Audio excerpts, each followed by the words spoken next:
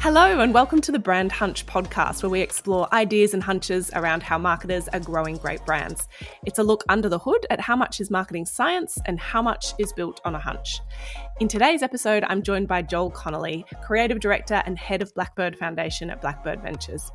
Blackbird, the well-known investing business, was founded in 2012 and has grown from a team of 3 people to more than 60 today, and I read somewhere with over 50% women. It provides equity capital for all stages of startup companies, including seed, the ideas stage, Series A, early growth, all the way through to IPO. I came across Joel after attending the Sunrise Festival in Sydney earlier this year and was astounded by the level of thoughtfulness in the curation and design of the festival, which was put on by Blackbird. I thought it was a full agency team that had pulled it all together, and no, it's been single-handedly Joel and his team. Welcome to the show, Joel. Oh, thank you so much for having me. I appreciate it.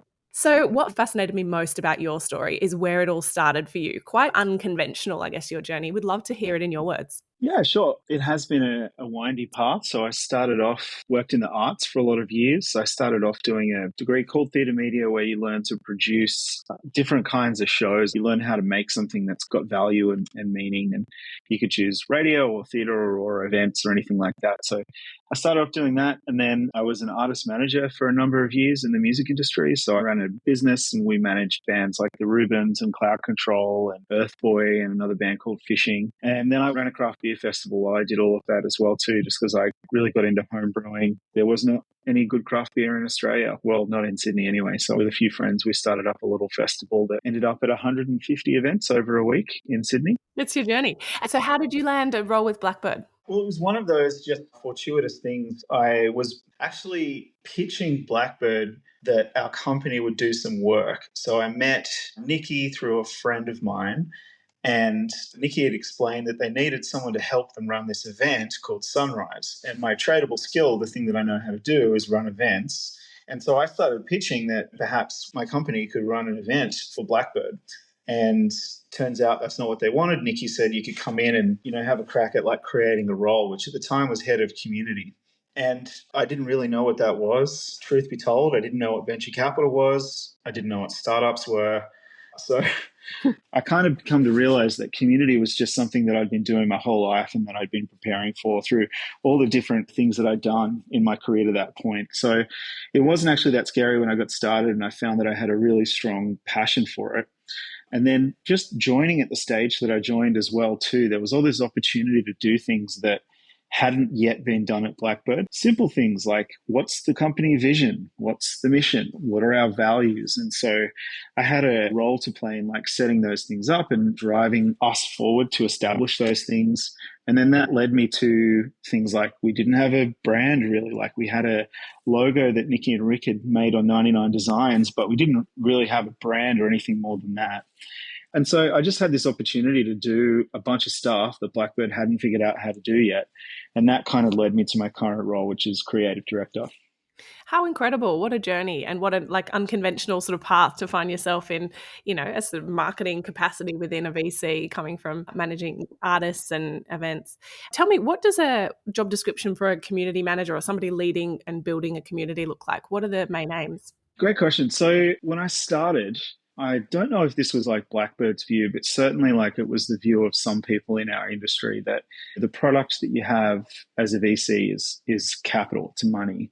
I don't believe that to be true. I don't think many people believe that anymore, mostly because money is undifferentiated. The money that one fund raises is totally the same as the money another fund raises. And so I think like you've got to find ways to, make yourself different, to establish yourself in ways that are different to the competition, or such that founders want to take our money over anyone else's money.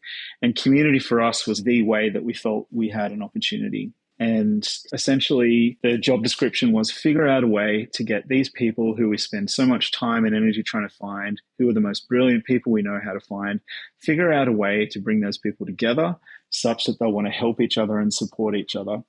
And I guess the core idea behind that is that we don't think that we have all the answers or that we know everything. And so we believe that the answers to most questions that founders have can be answered by other founders.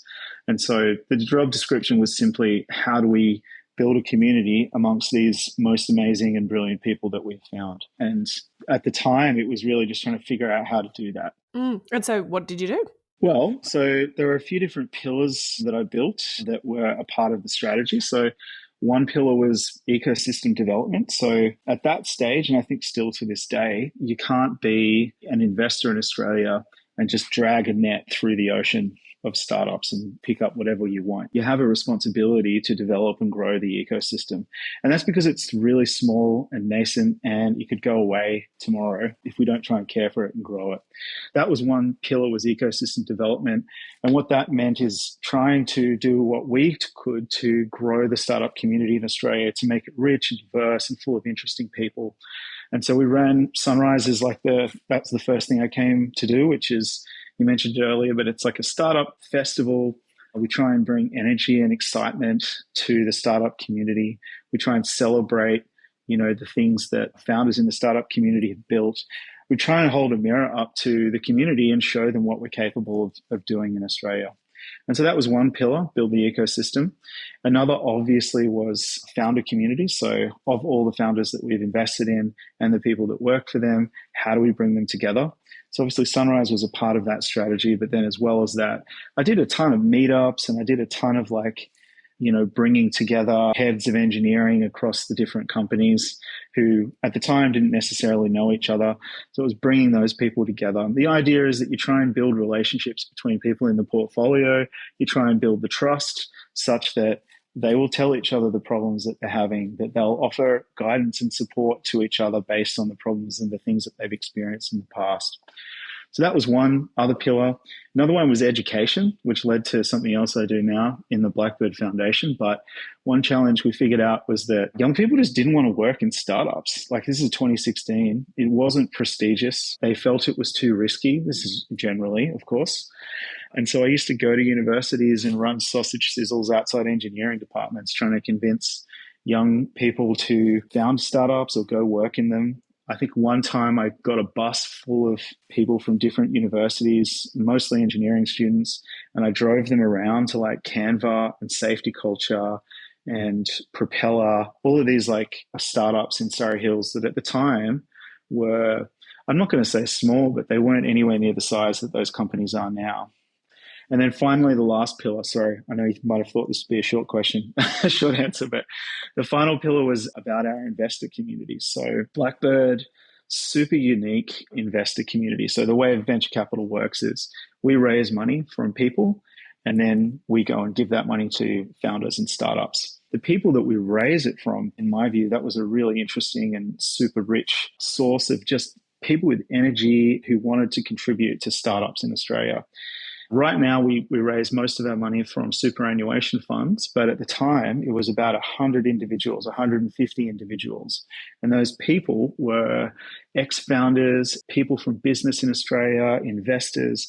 They didn't just want to invest in us to, get a return. That's obviously the primary reason they would give us money, but they also wanted to be a part of the community. They wanted to help founders. They wanted to be at the front of this thing that was just building at the time. So I did a lot of things to try and build community amongst those investors. So we would run events between founders and our investors. We obviously invite them all to Sunrise that we would do. It sounds so simple now, but we would put on investor days, but instead of the investor day being, in some boring boardroom, we would try and throw an interesting event that was a little bit meaningful to them, that had a bit of color and a DJ. We had a mariachi band, I think, at one point. So that was how I figured out how to do it. It's changed a bunch now. We've got a full team of people that are amazing that run community now at Blackbird. But that was when I started what I would work on. And what is it, do you think, about the para community that intrigues you? Communities are where people get meaning in life, Okay, there's this great story that I heard. It's a joke. I can't remember which comedian, but the joke goes, if I sent you into the bush with nothing but an axe right now, how long before you could come back with an iPhone? And of course, the answer to that is never. The history of human progress is cooperation, is community. And I feel to me, there's just something that's quite intrinsic and primal that I feel makes things meaningful, makes life richer, and makes it worth spending 15 years of your life trying to build some product to solve some problem. that is super difficult and challenging. If you've got a community of people around you, either people that work for you or the founder community that you're a part of or whatever, I feel like that just makes things a little bit easier and it gives you a little bit of, I guess, what you need to continue on. And in particular in Australia and in the startup community in Australia, it was just so new at the time and there was a small number of people, but they were all just so interested in helping Australia build this capability, build like an innovation ecosystem in what has traditionally been quite a basic economy. Like we dig stuff out of the ground, we send it away to be refined, someone else makes it into a product and we buy that product back. The power of like the startup community back then and still to this day is that it's filled with people who really want something special for Australia. Yeah, incredible. You mentioned before that your career leading up to your appointment at Blackbird sort of led you to this point, and it was a lot of your skill sets culminating. What do you think you've learned from your music days and your events days that has served you well at Blackbird and since? I think, to use some of the same words I just used there, I think it's just learning how to make things that are meaningful and that have a bit of weight to them. And I wouldn't say I'm always successful in that, but working in the arts, for example, working with artists and bands, artists have this like incredible devotion to making something that they just absolutely believe in and that they love. The artists that I worked with anyway. And so just seeing a person work really, really hard to make something over a period of time and then seeing the reaction that the community that they made that for would have to it, I felt like that had a really strong impact on me. Also feel like being around the arts and culture kind of develops your taste a little bit. And so I found that that's been something that's helped me a lot in my work. Yeah. So moving back to the Sunrise Festival conference event that you guys have put on for many years, I only attended for the first time this year, and I would describe it as sort of a mashup between Semi-Permanent, the design creative festival, meets a bit of TEDx with kind of interesting ideas and kind of topics I'd not really stopped to think that I'd love to learn more about, and some sort of kind of founder startup day. It definitely had a sort of enthusiasm and excitement, you know, lots of founders and lots of people trying to get ideas off the ground. Obviously a whole ton of finance and funding people involved in that, but had such a great energy just attending and meeting interesting people. Where was it when you sort of inherited and started with Sunrise and the vision? How's it changed over time? You know, I've had a lot of years to get better at running Sunrise. I'd say that when we started, the spirit was then and still is now. We want to celebrate and honor founders. We want to bring people together to, you know, get excited about building things in Australia and New Zealand. And that was the same when it started. I think Nikki and Rick ran it for the first time in 2014, I think was the first year. And those two, they're investors. They'd never run events before. They somehow managed to pull it off 2 years in a row with like 600 people in, I think it was Roslyn Pack Theatre. They did it in Carriage Works 1 year too. And it was, the spirit was still the same then. It's like, how do we hold a mirror up to the community to show them what we're all capable of? And then how do we encourage and inspire more people to want to join the startup community? So that was the mission then, and it's still the mission now. I'd say that the way that it's changed is in how we achieve that. So back then it was, we are trying to convince people who are startup adjacent to join the community and to try and found a company or go and work in a startup. Whereas now what we're trying to do is we're trying to expand the community still. But my belief is the way we do that is by connecting the work of Blackbird, the work of startups, connecting it more tangibly to culture. And so what you just described there is like our attempt at trying to make a pseudo arts / technology festival. And the main idea behind connecting it to culture is that even if you don't identify with someone who would want to work in startups or in tech, everybody has some kind of connection to culture in some way. So if we can connect what we're doing more tangibly to culture, more tangibly to that universe, then that might bring more people towards us. I can only imagine, I mean, I know it's a ticketed paid event, but I can only imagine there is a huge investment from Blackbird into making it 10 out of 10. I'm sure you could do much smaller scale and much less wow and less investment. How do you manage the journey, the relationship, the conversations and the buy-in to build such a great brand holistically, and in this case, invest in Sunrise? Is it a hard sell, and how have you sort of managed to take key stakeholders on the journey? Well, we've always pitched it as Sunrise is a gift to the ecosystem, not just from us, but from everybody who helps us to present it. So that includes our partners, it includes the speakers who come on the stage, There's a few of us now who work on it. But when we're communicating to whoever we're speaking with, that's the language that we use. First and foremost, this is a gift to the community.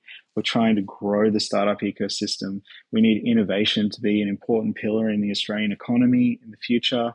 This is the sort of language that we use and the way that we communicate it.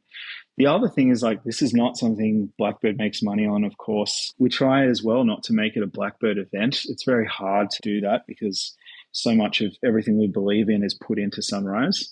But, we try and make it genuinely. That's why it's called Sunrise. It's not called Blackbird Startup Festival. It's called Sunrise. And the idea there is that, again, we want to make something that's for the entire community. That being said, it's still every year we, have to work super hard to raise sponsorship money. We try so hard to keep the ticket price as low as we possibly can because we don't want it to be this event where your boss has to pay. Like an individual would never pay out of their own bank account $3,000 to go to something like Sunrise. So we try and keep it super, super low. We have student tickets that are like $50. We have founder tickets that are like a couple of $100. I'm not going to say it's not a lot of work. Like, it's a lot of work every year to convince people to come on the journey with us. It's getting easier each year, but it still is like a ton of work. So you also look after the Blackbird Foundation. Tell me a bit about that. Yeah, so the mission is to unleash creativity in young people. The Blackbird Foundation kind of came out of, I mentioned earlier that we had an education pillar when I ran community, which was about, we didn't just work at universities. We also sponsored programs like STEM programs and robotics programs for high school age kids.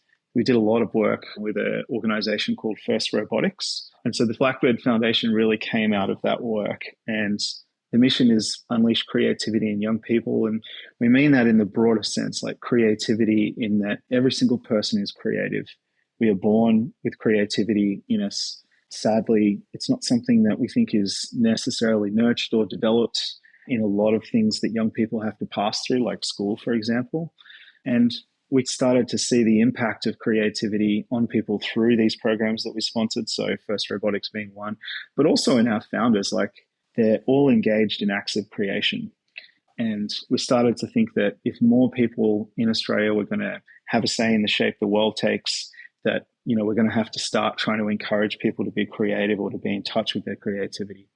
So we fund all kinds of things, but chiefly we have a program called Protostars, which is a micro grant and a community for young people with passion projects. So we funded all kinds of things through that, but essentially you join the community, we give you a micro grant, you work for 8 weeks to complete your passion project, and then afterwards you join the alumni community. And we funded projects from fine artists to, there was a medical doctor who was into poetry in New Zealand named Loredana, and she wrote a poetry book for young children about the human body. I don't know if you're aware of this, but there's a thing called Algo Rave.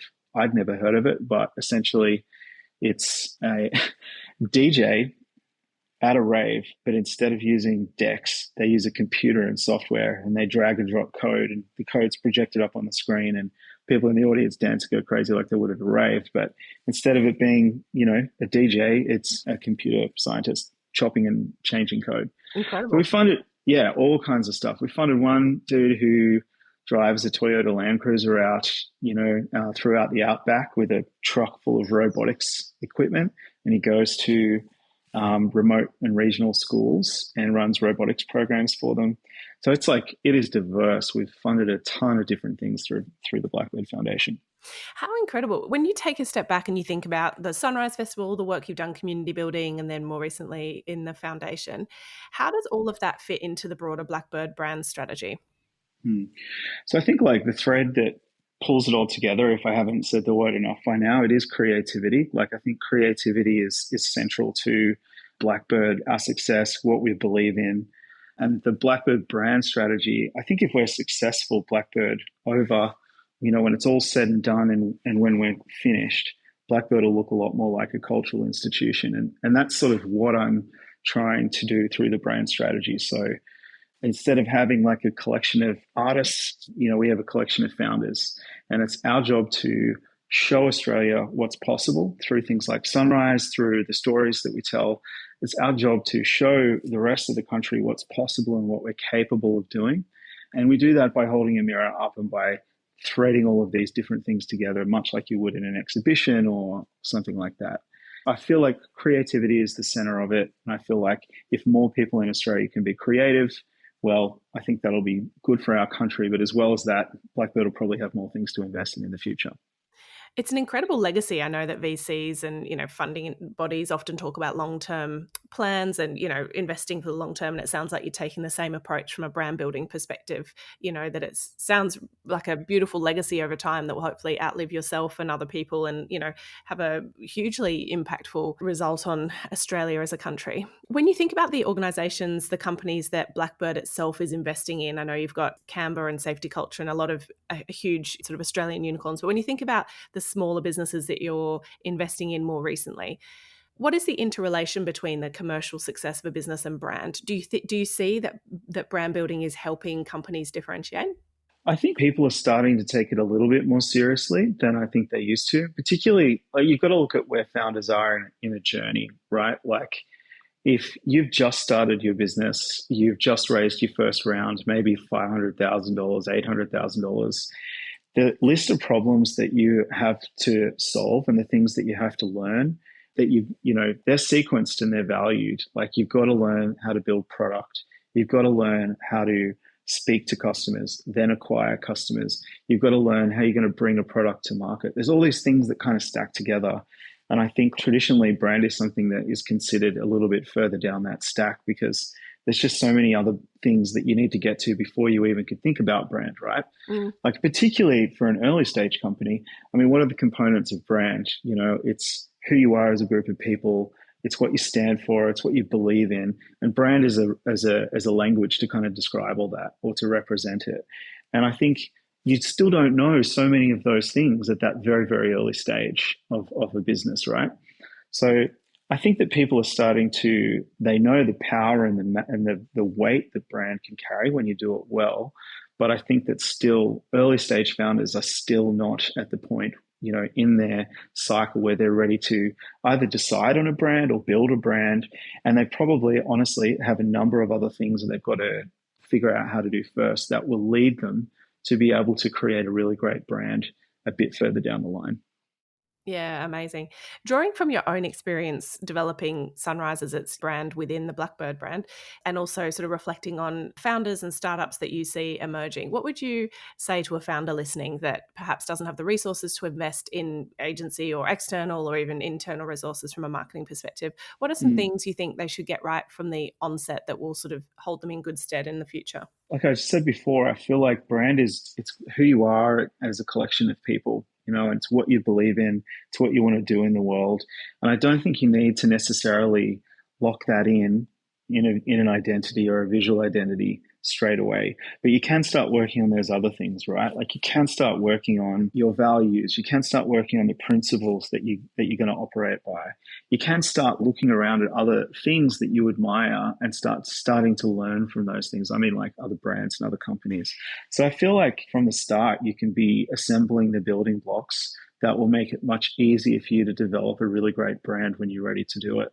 I think for us, it was Blackbird. We went through several years of learning and of building what we are before we were ready to build the brand that we've got right now. Like, we had a 99 Designs logo, and then we went through, I would describe it as the Sunrise illustration era, where we partnered with these great artists, Sunny and Biddy. They were formerly called We Buy Your Kids, and now they're just Sunny and Biddy now. Fantastic illustrators, and they really helped bring a sense of color and fun to Blackbird that was at the time representative of what we felt we were. But then it wasn't until a few years after that where I think I felt like at Blackbird, we had developed enough of a personality and enough of an identity such that we could build a brand that represented that identity. So that's kind of what I'd say. Like, you can start doing the building blocks now that will make it easier to build a really great brand in a few years' time if you're not ready to right away. Yeah, amazing. When you're reflecting on your career, how much of your work do you think has been based on sort of proof points and data and the science, I guess, of brand building and the theory versus unlimited creativity and sort of having a hunch? almost none has been to do with data and planning and anything like that. Mostly because that's not how I think. And I think I've done a good job of following things that I care about and that I'm passionate about and motivated by. And also, I've led a lot with curiosity and with learning. And that means not being afraid to join an industry that I don't know what it is. Or like when I joined Blackbird, my friends were congratulating me on joining an upstart. It's not being afraid to jump into places that let you learn and let you grow. And particularly with Blackbird, I think the thing that has been great for me is being around for so long and from such an early phase in the business, which meant that I could have a say in the things that we care about, in the way that we articulated our mission, in the values that we have.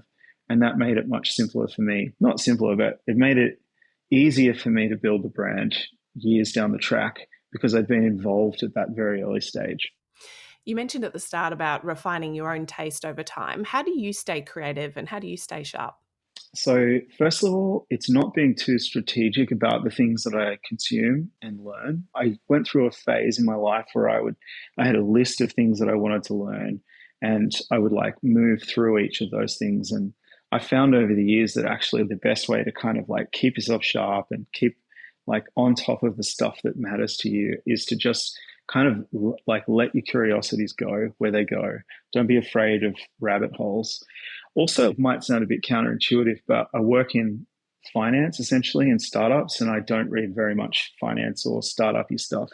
I mostly engage with different types of things. I read a lot of culture stuff. I'm really into, this is going to sound so basic, but I'm really into film and television and how those things are made, particularly film. I like that, a person making a film, say a director who maybe is a writer as well, can write a script and then has to bring together a ton of people who are experts in their discipline to help to make that thing a reality. I think that's quite akin to a startup and, the sorts of roles that founders have to play. So I'm really into that. And then just as well, man, there's so much out there. Substack has been a great resource for me. If you can really curate a really good Substack list, then your morning emails don't have to be so scary. They can be rich and beautiful. It sounds like curiosity and kind of culture or interest in culture and leaning into what people are talking about are probably those building blocks that have made you successful in the community building and people focused, following your nose in some senses, but using sort of information and whether it's trends or insights to be able to kind of further the conversation and stay one step ahead. Yeah, just following things you like, not being afraid to just follow your curiosity and not to worry too much about where that's going to lead you. Yeah. So I've got a bit of a hunch that the power of brand is becoming more relevant in funding conversations. I could totally be wrong, and please disprove me if I am. But no longer is it just about function and product and finance and commercial outcomes alone. What are your thoughts? I think that's true depending on the industry. So for example, if you have a consumer business, for example, we've got a company called Eucalyptus and they have a number of health brands, including Pilot, Kin, others. Brand is super important to them and it has been from day one in everything they build. Perhaps we've got a company in Queensland called Gilmore Space. They're building a rocket. Australia is going to be, I think, the 11th or 12th company to have a rocket in low Earth orbit very soon. I would say that brand hasn't mattered so much to them. And if you go and have a look at what they've built, it has in the sense that they have a really great story, they have great values, and they have a way that they speak about what they're building that is quite inspiring. But if you just go look at their identity, it's quirky, but it's clear they haven't engaged an agency and spent hundreds of thousands of dollars on it. So I think it is important depending on the sort of business you're building. And in the case of the latter, do you think it matters that they haven't invested? Good question. I think they've invested not money, but they've invested, I would say, time into how they communicate what they want to do and the impacts that will have on Australia. And so when I mentioned before, I think you can put together the building blocks of a really great brand before you've got one. I think that's an example there. Would they benefit from having a mad SpaceX style brand? I don't know. I kind of like their logo. It's sort of weird and quirky. But yeah, I would say that it's probably matters less for them than, say, a company like Eucalyptus. Who do you look to? Who do you think does brand really well? I've always been a big fan of Mona in Tasmania. So the museum, they've got really interesting, it's an interesting brand in that you can tell David Walsh, who's the owner of Mona, has had a big say in how they communicate and how they speak. But as well as that, they've got a really strong head of creative and a strong brand team that they don't just have the Mona brand. They've got 15, 20 brands underneath that, from a brewery to a winery to all kinds of other things, to festivals. And I admire the way they've managed to kind of keep all of those things coherent and together. Plus, when you see that brand, you know what you're in for when you get down there. It really does a great job of not just communicating to you as someone who sees it, what you're going to get, but then also making sure that you understand why Mona is going to be different to every other museum on earth.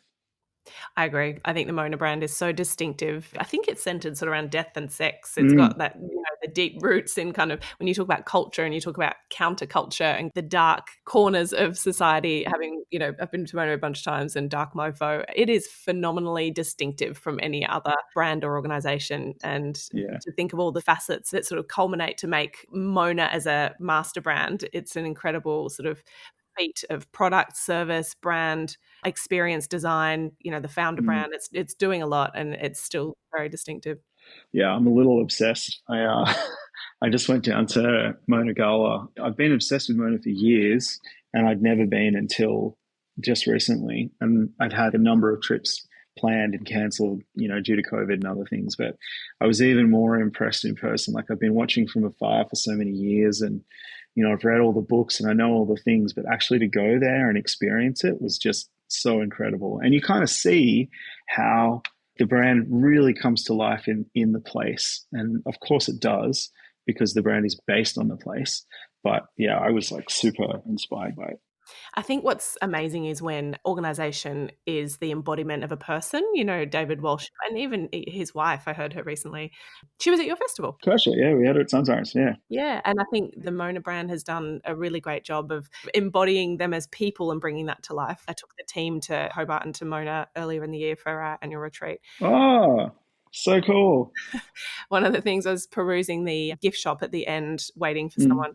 And what I loved was all the brands and the associations and the material that you can buy from the store. Some 5% of it was Mona branded. The rest of it was just an eclectic mix of items and objects, from jewelry to inappropriate, household objects.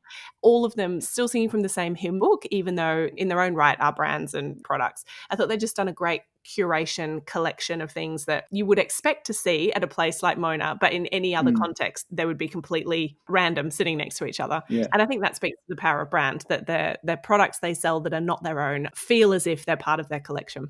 The store is such a great example, because you feel like in the store that they're artifacts, they're not items or products. You feel like they're an extension of this obsession with collecting and this obsession with thinking deeply about weird things and connecting those ideas together, which is the museum.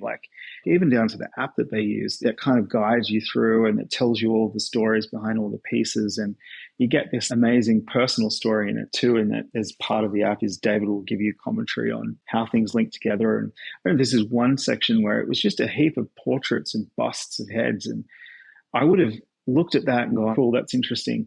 And then in the app, it tells you the story of how he doesn't recognize anybody. And he became a little bit obsessed with collecting portraits and heads and busts because he got obsessed with faces and why he couldn't recognize faces.